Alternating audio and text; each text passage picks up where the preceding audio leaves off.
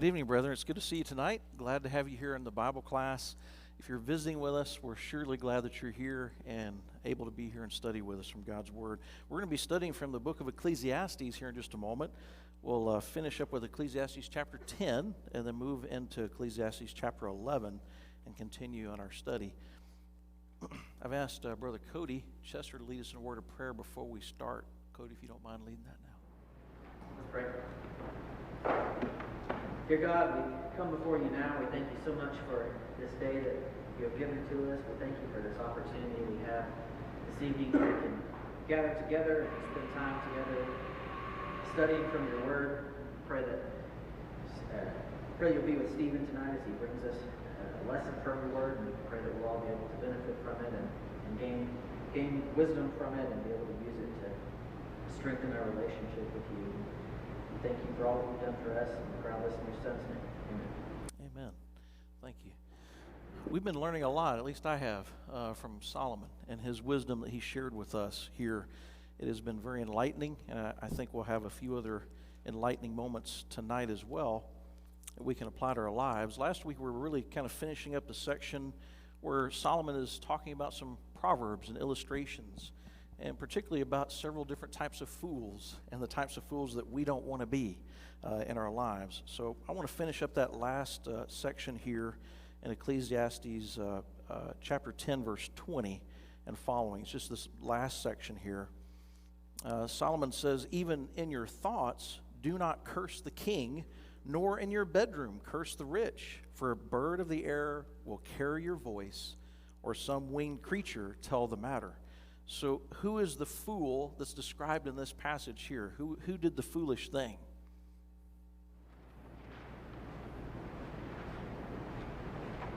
What was the foolish behavior that he's warning us against?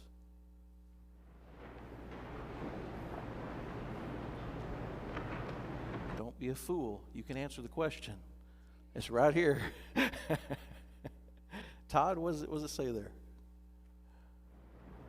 Who's the one that's behaving like a fool? Yeah, he's cursing the king, and he says, don't even do something like that in your bedroom or curse the rich. Why is that? Why would it be ill-advised to curse the king even in private? Not even in public, but even in private, yes. God can hear you for sure. Who else might hear? Someone might hear and carry that message right to the king. You know, something's only private when you keep it to yourself. It's only truly private. So if I'm going to say something out loud, blurt something out, my words mean something. And when I say it out loud, I talk to someone about it, it can be carried. It can be transmitted. Same thing can happen for us if we say something and it's overheard. It can be carried to another. Also, those that are spoken of here are those that have power over us in some form or another, right? So there could be consequences in this life if we do that kind of thing. So we need to be careful about what we say. In our politically charged environment, people don't seem to care very much about what they're saying. And that's not the indication we get here. We should care about what we say and mean what we say when we speak. So the one who is speaking with a lack of discretion is the one who's really being described as a fool, or someone who just blurts something out. When do people mostly blurt something out? They're not showing self-control. They're just saying what's the first thing on their mind or expressing emotion, and they need to keep it to themselves. We might need to keep that to ourselves and think through what we're about to say before we speak. And I think we've answered this question, number 9 in the book. Why should one not curse the king nor the rich? Well, there's always someone not too far away that might spread those words, and there may be consequences. So we're wrapping up chapter 10. Are there any comments you want to make about chapter 10 before we move into chapter 11? Anything you want to say? Let's move into Ecclesiastes chapter 11. Since time and chance happen to them all, and we cannot control much of what happens to us, and we're only ultimately able to handle what we do and what we affect, what unhealthy attitude could someone have or develop in response to this information? And think about it the wrong way. What are some inappropriate responses to the idea that time and chance happen to them all? So what could I think to myself? Well, time and chance happens to them all, so what? Just, there's no point. I'm not gonna do anything.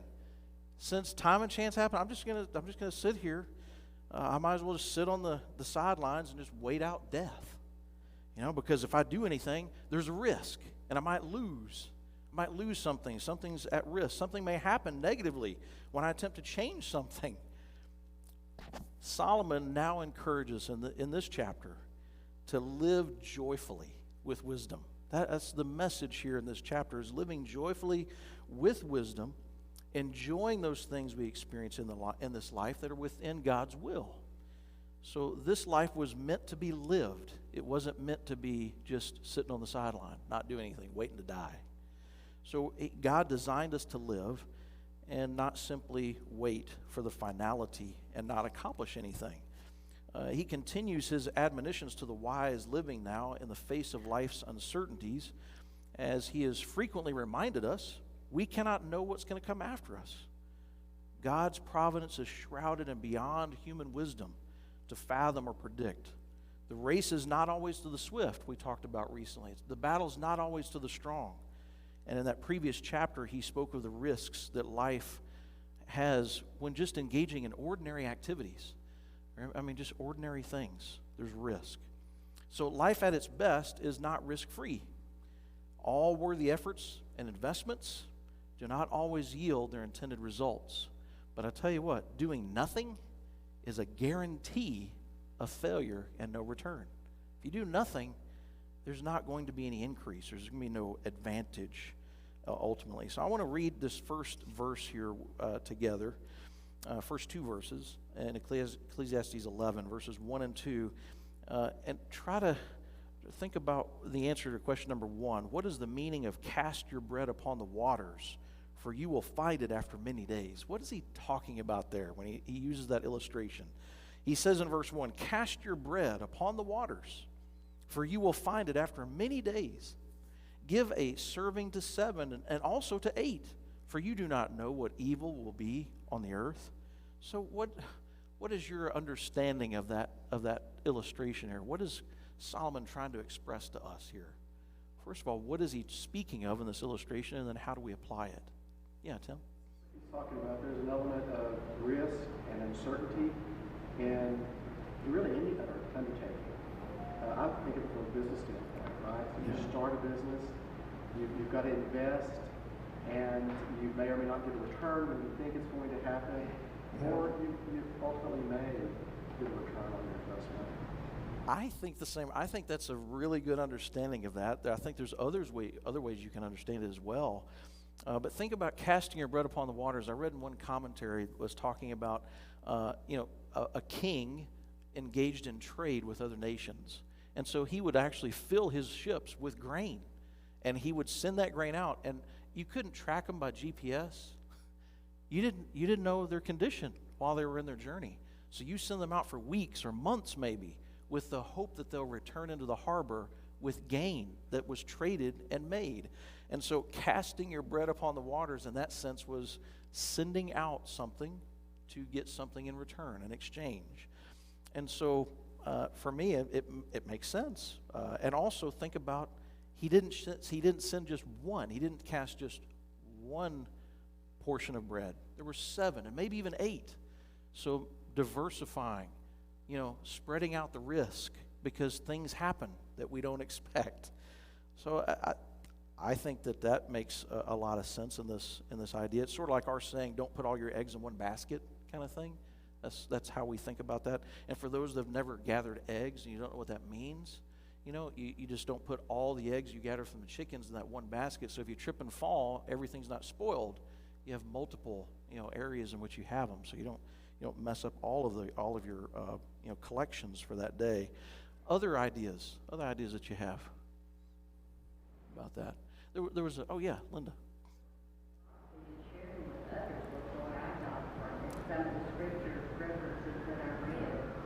I think that's the other key understanding of that, the way that you can understand this as well. I think the context fits a little bit better for actually engaging in something risky, to risk something for gain. But here, I think that applies because you're actually giving something away with hopes of some other sort of return, a spiritual return. You're not looking to gain something more bread, but you're looking for something better, a greater reward in doing that. And you're not doing it sparingly.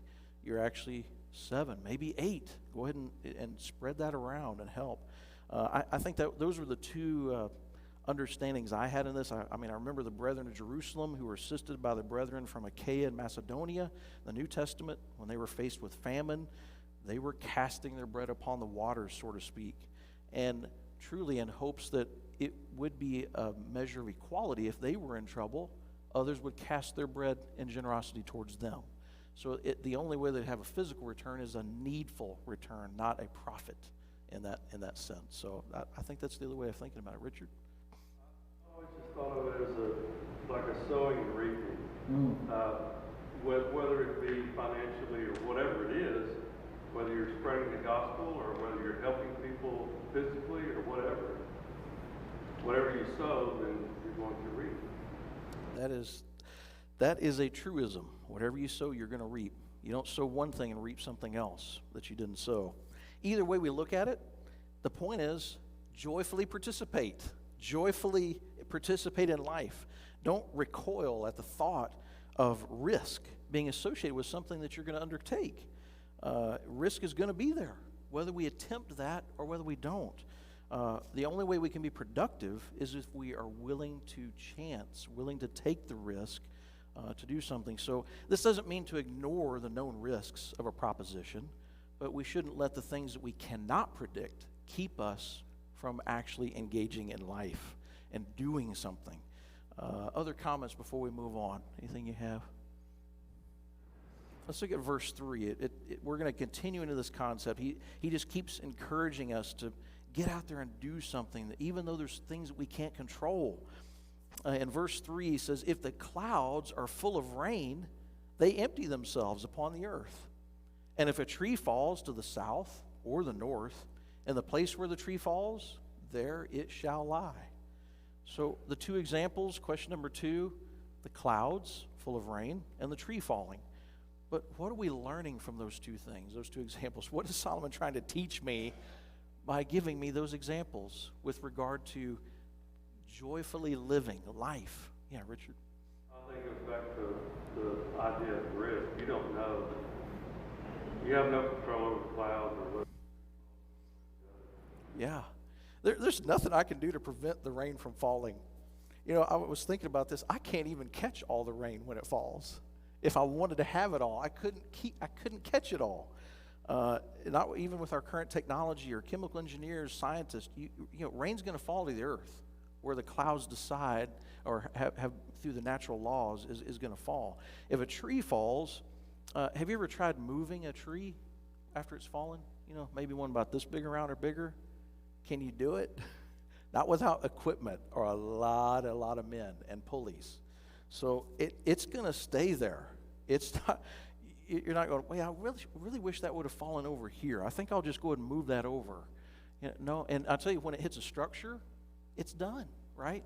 What's done is done. I can't change the past. So if it happened, it's happening. As soon as it's fallen, it's fallen. There are things that will happen according to God's natural laws that God set up.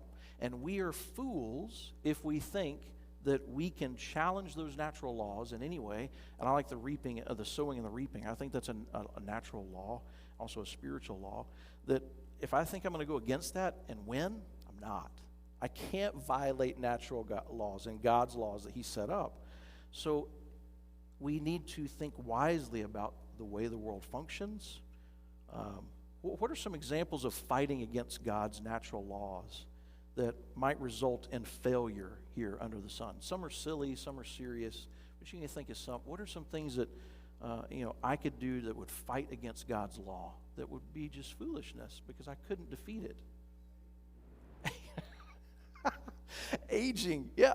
No matter what we try, we are going to age, right? And we're going to suffer the consequences. That's excellent. Yeah, I mean, I might be able to stave it off a little bit, but I can't win that fight, can I? I cannot win that fight. That's awesome. Well, what's another one?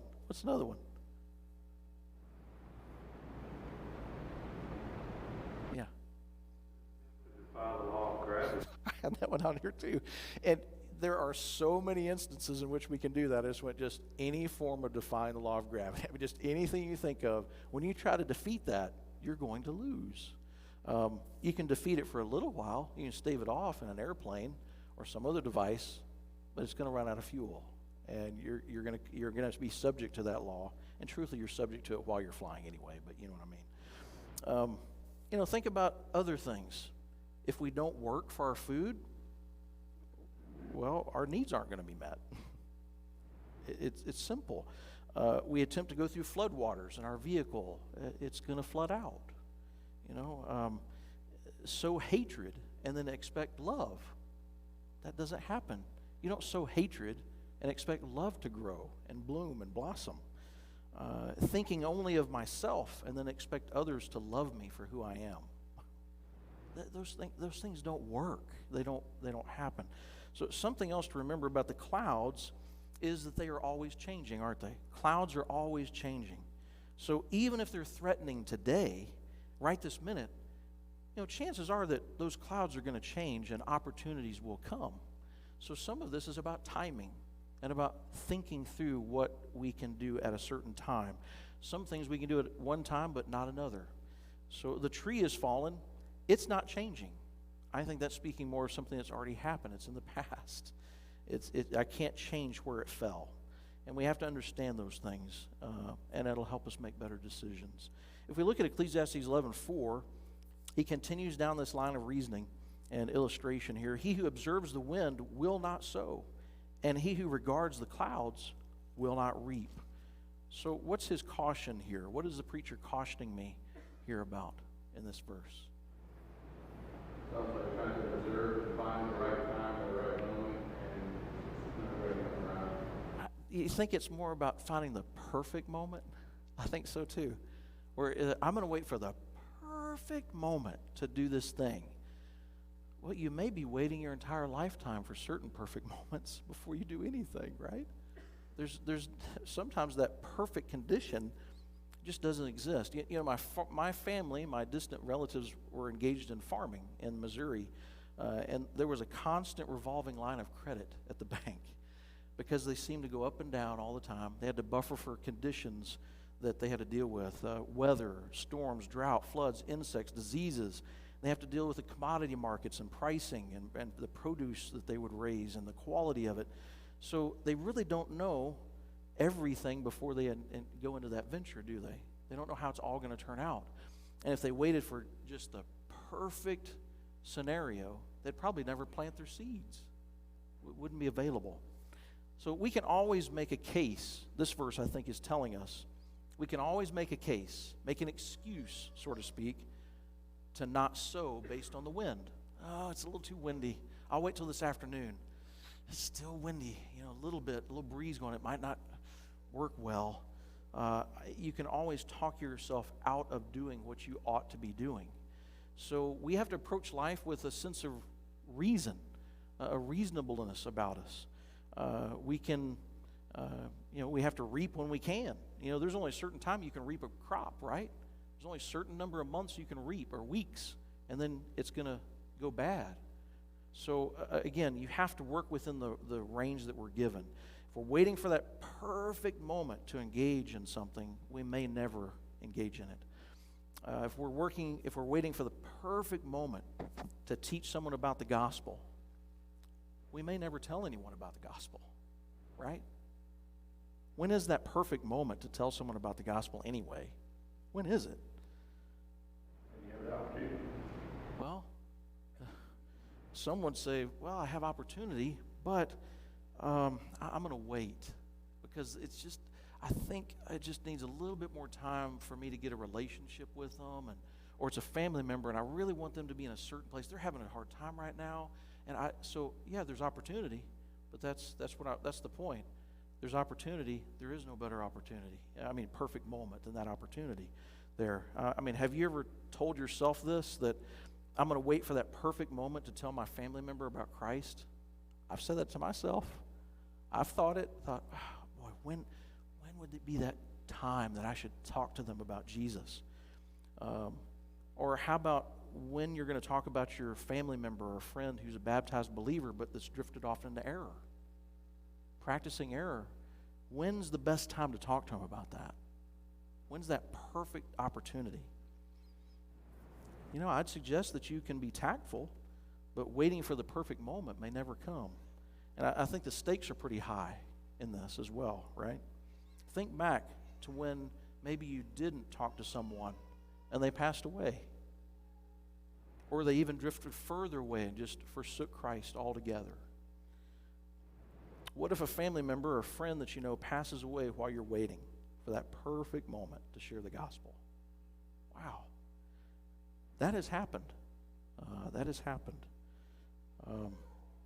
Have you ever told someone to not talk with your family about Jesus because the time just wasn't right for them? I've heard that several times. No, don't talk to them about the gospel. It's not quite the right time for them yet to hear it. Wow. Ask yourself, if you've said that, why? Now, I understand in certain cases I've been told that out of self-preservation.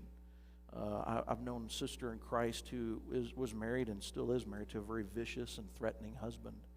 And he's an abusive man. And I agree with her. It's casting pearls before swine in that situation. He has no desire. He's expressed it over and over again. And it would only cause her harm and pain. But I think that's the rarity. I don't think that's the more common scenario that we deal with.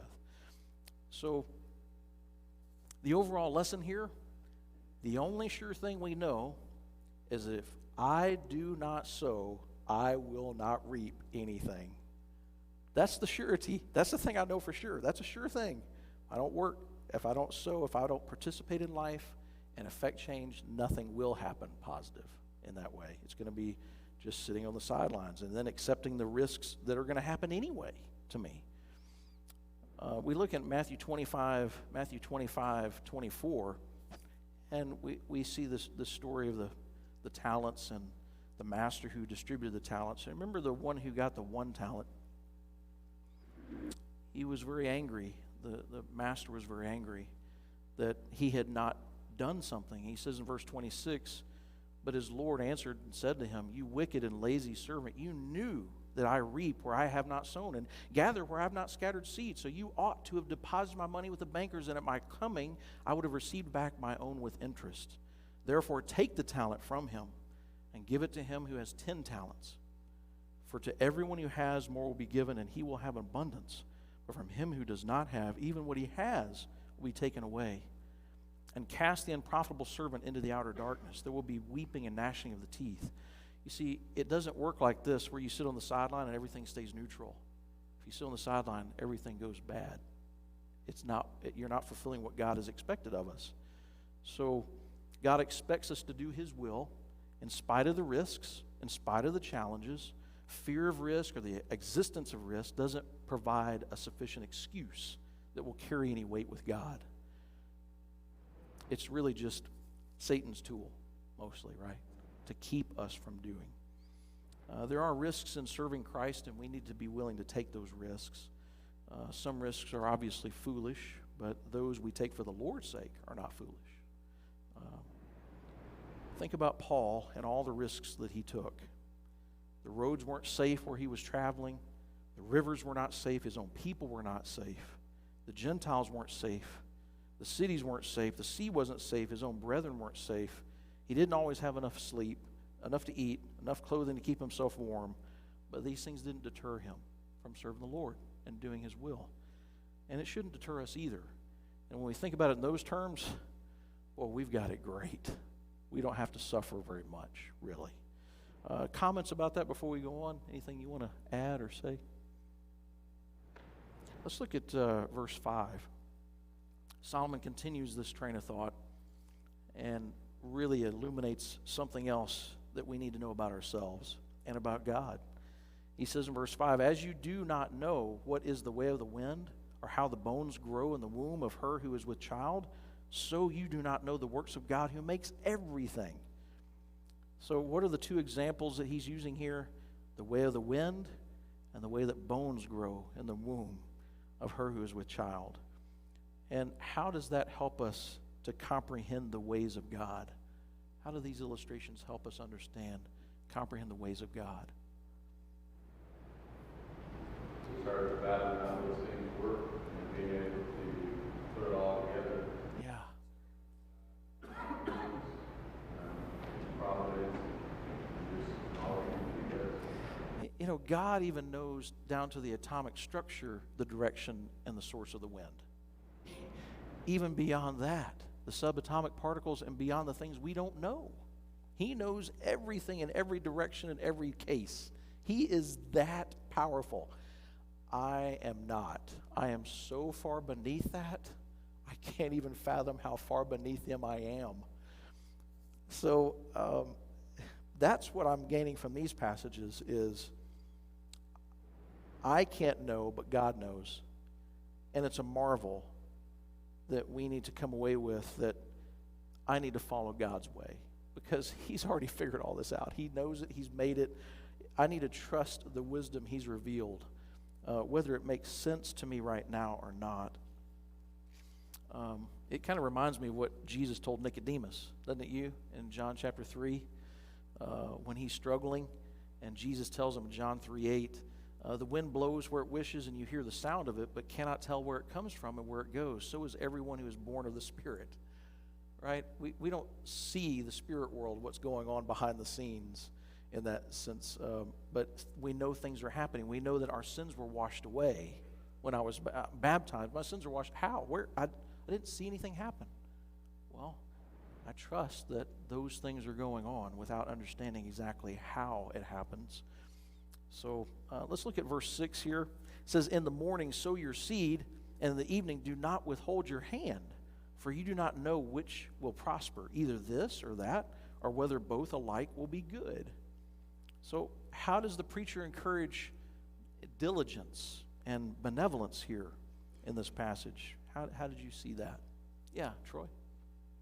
You know you're supposed to do. You let God take care of everything else. All right.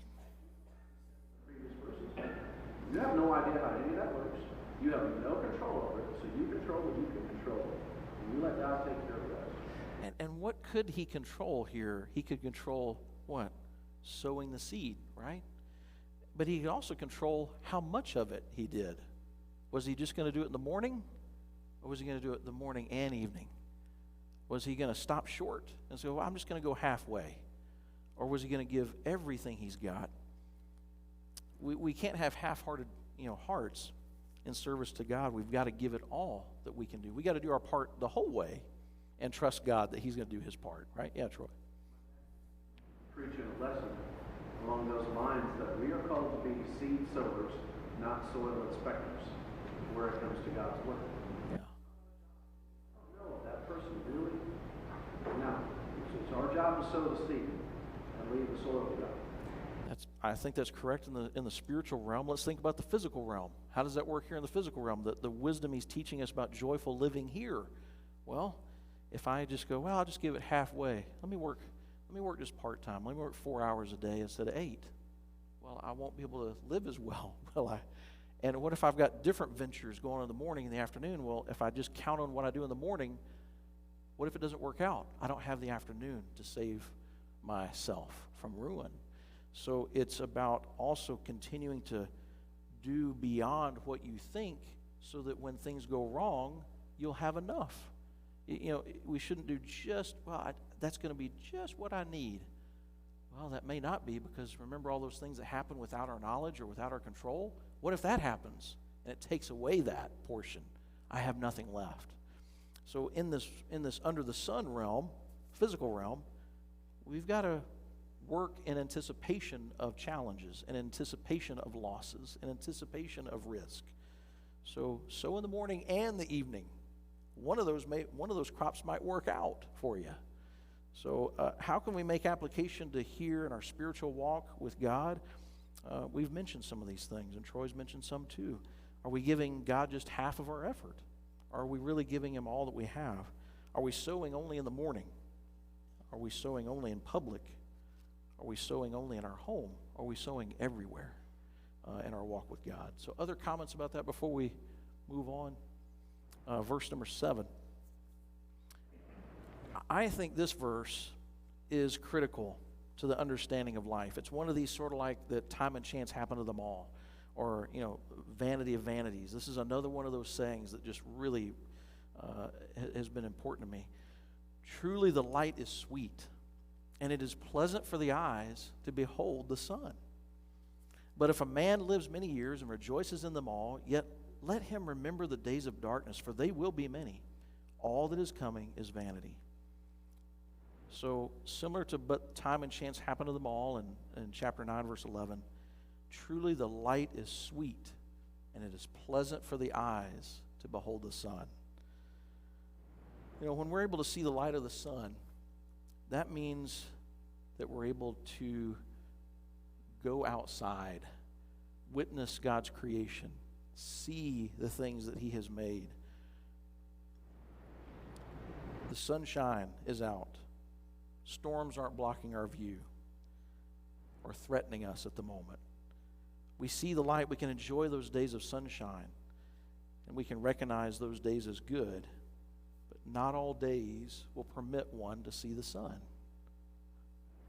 So I've known several people in my life, and you have too, I'm certain, because it's such a killer, it's such a disease in our society, who've battled cancer, and several who've died from it over the years. And I distinctly remember two people that told me they believed they had benefited greatly from the cancer. I couldn't understand it at first. And he said they saw so much good that came out of it, and their newfound appreciation for the good days, the days that they could see the sun, sweetness of the light of the sun. And going through those rounds of chemo and radiation takes people through cycles of intense suffering and then recuperation. And so they get to go through this cycle over and over again where they don't see the sun, and then they get to go see the sun, see outside. We should learn this lesson without having to go through chemo. But when we're deprived of seeing the sun or pain-free days for many days or weeks, it forces one to understand this truth. You have to understand it when you're forced. Truly the light is sweet, and it's pleasant to the eyes. We see a spiritual application here, I believe. Jesus compares himself to the light, and he calls himself the light of the world in John 8:12.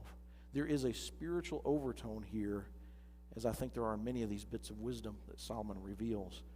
It's truly a blessing to spiritually see the Son of God, the light of the world, isn't it? It's a wonderful blessing. So, if one is blessed to live many joyful years, what should he still bear in mind here? And how is this going to affect how we treat others? Not all the days of sunshine, but as one ages more, days are darkness. And someone older once told me here that aging has a way of turning the percentages against you.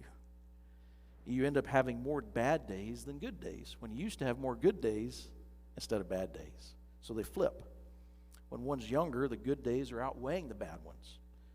And when they flip around, it's a much tougher time to live on this earth. So how should this give us a new appreciation for our older brethren? How should this give us a more appreciation for our older brethren? When they're going through more bad days than good days. Well, we need to be patient. Yeah. Yep. That so that they are still consistent despite the dark days. And learn from them. That they're Be patient with them, understanding of them, understand their predicament, be it an encouragement. I think we ought to also listen to them. And when they want some privacy, we should give them what they want. Not everybody who's older, just because they're older, wants everything that we want them to want. Have you ever thought about that? They don't lose their individuality. They want certain things. Just like younger people don't want all the same things. So we need to be respectful of their wishes too. Respect them as a person. Just because they're having a lot of bad days doesn't mean that we have the right to kind of usurp their will or do, I don't know if you get what I'm saying, but I don't know. I've just had those thoughts where certain older ones have expressed their desires and sometimes they're ignored. And Maybe they don't want what I want for them all the time. And maybe they don't want me to come around all the time. They prefer to have some time by themselves. They're hurting. They don't want to hurt in front of others. They don't want to be. They don't want people around them all the time. And then when they're ready, when they have a good day, then they want you there. So be respectful of their good and bad days. You know what I'm saying? Does that make sense? That we're respecting their wishes and not forcing what we want on them? You know, I know of some that have struggled with those kind of times, especially those that have diseases. They didn't want company at certain times, you know, and we need to be respectful of that and understand that, and not be hurt by that. Oh, they don't want to see me. No, they're struggling. They're having a lot of bad days, and they're trying to really suffer through them. Yes, sir. You expect less and you appreciate more. Oh, yeah. That's a good comment. You've jumped ahead to my next question. Some of our older members, and I count you as one of our older members. I know you don't take that offensive at all. What did you take from this passage? Some of our older members, what did you learn from this passage?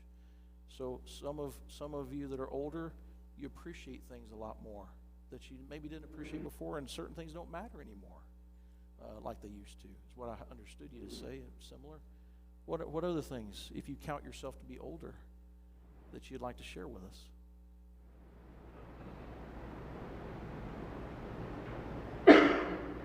And I'll respect your judgment, not sharing it. That's okay for you to want something different than I want from you. You're not older. Oh, I'm sorry. Go ahead, Trish.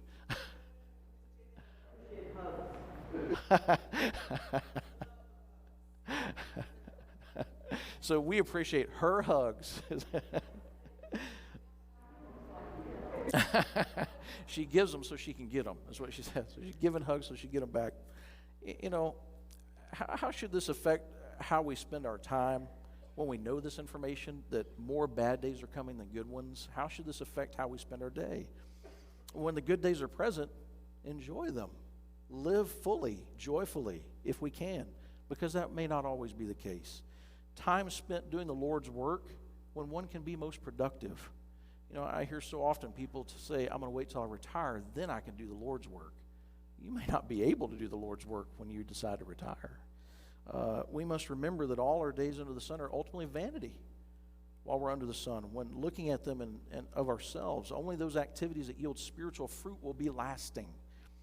So remember these things. Remember those thoughts and the way that he's describing life and the changes that are coming. Ecclesiastes 11:9 says, rejoice, O young man. Oh, now we're talking about rejoice, O young man, in your youth. And let your heart cheer you in the days of your youth. Walk in the ways of your heart and in the sight of your eyes, but know that for all these God will bring you into judgment. So what does the preacher here say to encourage the young man to do? What's he supposed to be doing? The young man. Young men, what is he encouraging you to do? Seek God. Yeah, and seek God in all the things that we're doing. You know, make sure that what we're doing is going to be within God's will, right? But also that this life is not supposed to be all drudgery. You know, there are certain things that young people can enjoy that older people really don't enjoy that much anymore. And it's okay. It's okay to have a young heart and enjoy some youthful things. He's not talking about enjoying sinful things, youthful things. You know, many of us have decided that it may not be a good idea to play a community sport with young people because we're injured. I won't point out anybody, but I'm just saying that happens, right? There are just certain things that youthful people can enjoy that older people can't as much. I say that in jest, but you know what I'm talking about. There's other things that you can enjoy that fall into that category. So he encourages him to live with the mindset that God is going to remember and judge everything that's been done. So don't forget God in your youth. He's going to tell us that more emphatically later, but don't forget God in the things that you decide to do. Let's look at verse 10. He says, therefore remove sorrow from your heart and put away evil from your flesh, for childhood and youth are vanity. So he's encouraging him to remove sorrow from your heart. What does he mean, remove sorrow from your heart?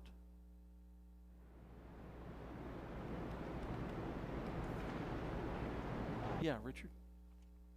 I think he's encouraging us not to dwell on those things that are sorrowful or things that may be a regret because the days are fleeting. He admonishes us to rejoice, whether young or old. That if we dwell on the sorrowful things, it's going to be difficult to rejoice. Yeah. So don't dwell on those sorrowful things. Yes, Jane Ellen?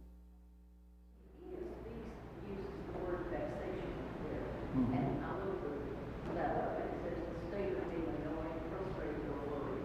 Yeah.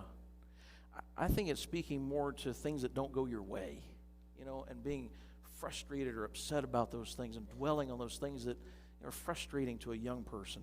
They don't have a certain ability that they want to have. Time and chance has affected them in some way. Something doesn't go the way they want it to go. Not to dwell on those sorrowful things. Dane? Take out the chapter division, because this is one of those places that you really doesn't know. The 12:1 says, you tie that all the way back to plan. It says, remember now your great and days of your youth, before the difficult days are coming. Yeah. You as a youthful person, it's helping you to recognize that don't get caught up in stressful situations. There's so much that God has created so that you can enjoy and you can rejoice. The things that cause that vexation, as Gianna puts it there, which is kind of how my translation does it as well. These kind of things, literally as a young person, why is that bothering you so much? And then you kind of think of why, like young people that talk about they have worries. It's like you have to live the worries you're talking about. So it's these kind of it's like there is so much to enjoy in your youth. Take advantage of that. And remember, the difficult days are coming. As you get older, then you'll have some things you gotta go. Yeah. Good point. Yeah, good point. Christian? While I'm here, agree with what Dave says, we do have young people that truly have worries because of family stuff. Oh. I mean, you have kids that have to work to help the family. You have kids that have to take on adult responsibilities. So we adults bring those stresses on those kids, so we have to guide them as parents. And if we don't do a good job of that, that's when the kids go. I think he's talking about things they can control here, right? The sorrow that's self-inflicted rather than inflicted upon them. Of course, there's countless sins that affect children, unfortunately. And, hopefully we can protect them from some of that, but we can't ever protect them from everything. But I appreciate your point, yeah. And he's commanding them to put away evil from their flesh. Of course, they can't put away the evil that's being perpetrated against them, but they can put away the evil they choose. They can put that away. And evil is going to bring about sorrow for them, right? So think about those bad days that could come if they continue in sin. There are things that can really only be enjoyed while a child, most cheerfully. Think about all the first experiences you had as a child that were enjoyable. Your first ice cream sundae. Man, that was great, especially the first, right? What about the baseball game you played in, or the first date that you went on that went well? Girlfriend that you had, or boyfriend that you had? Maybe activities that generally enjoyed while you're in school, sports teams, band, choir, school trips, being with other brethren, as a high school person. So, in spite of any circumstance they may find themselves in, they have youth and they have the ability to enjoy some things that they won't have later, possibly. And he says, put away evil from your flesh. Why would this be so important? Because there's so many temptations that are presented for children, because they haven't been burned yet. They haven't felt the deep consequences of those things yet, and they end up getting burned. And sinful consequences can rob them of their youthful, joyful exuberance about life. When I see a young lady become pregnant out of wedlock, that's the first example I thought of, just how much she's been robbed of in her life, of joyful experiences that could have been, that she won't have the chance to have now because she's already moved past those things and had other responsibilities. So how is childhood and youth vanity?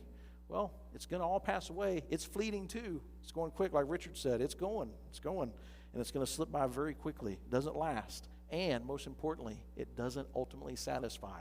So for those of us that have had some years on us, wishing we were young again won't ultimately satisfy. It doesn't happen. It wasn't satisfying then, and it wouldn't if we went back. So that's something that we can put out of our minds and work with what we have today and how we can live today. Thank you so much. I appreciate you being in the class tonight. We'll pick up next week with the finale, what we've been waiting for, the whole quarter to sum up the whole matter that he's been arguing this whole class. Thank you.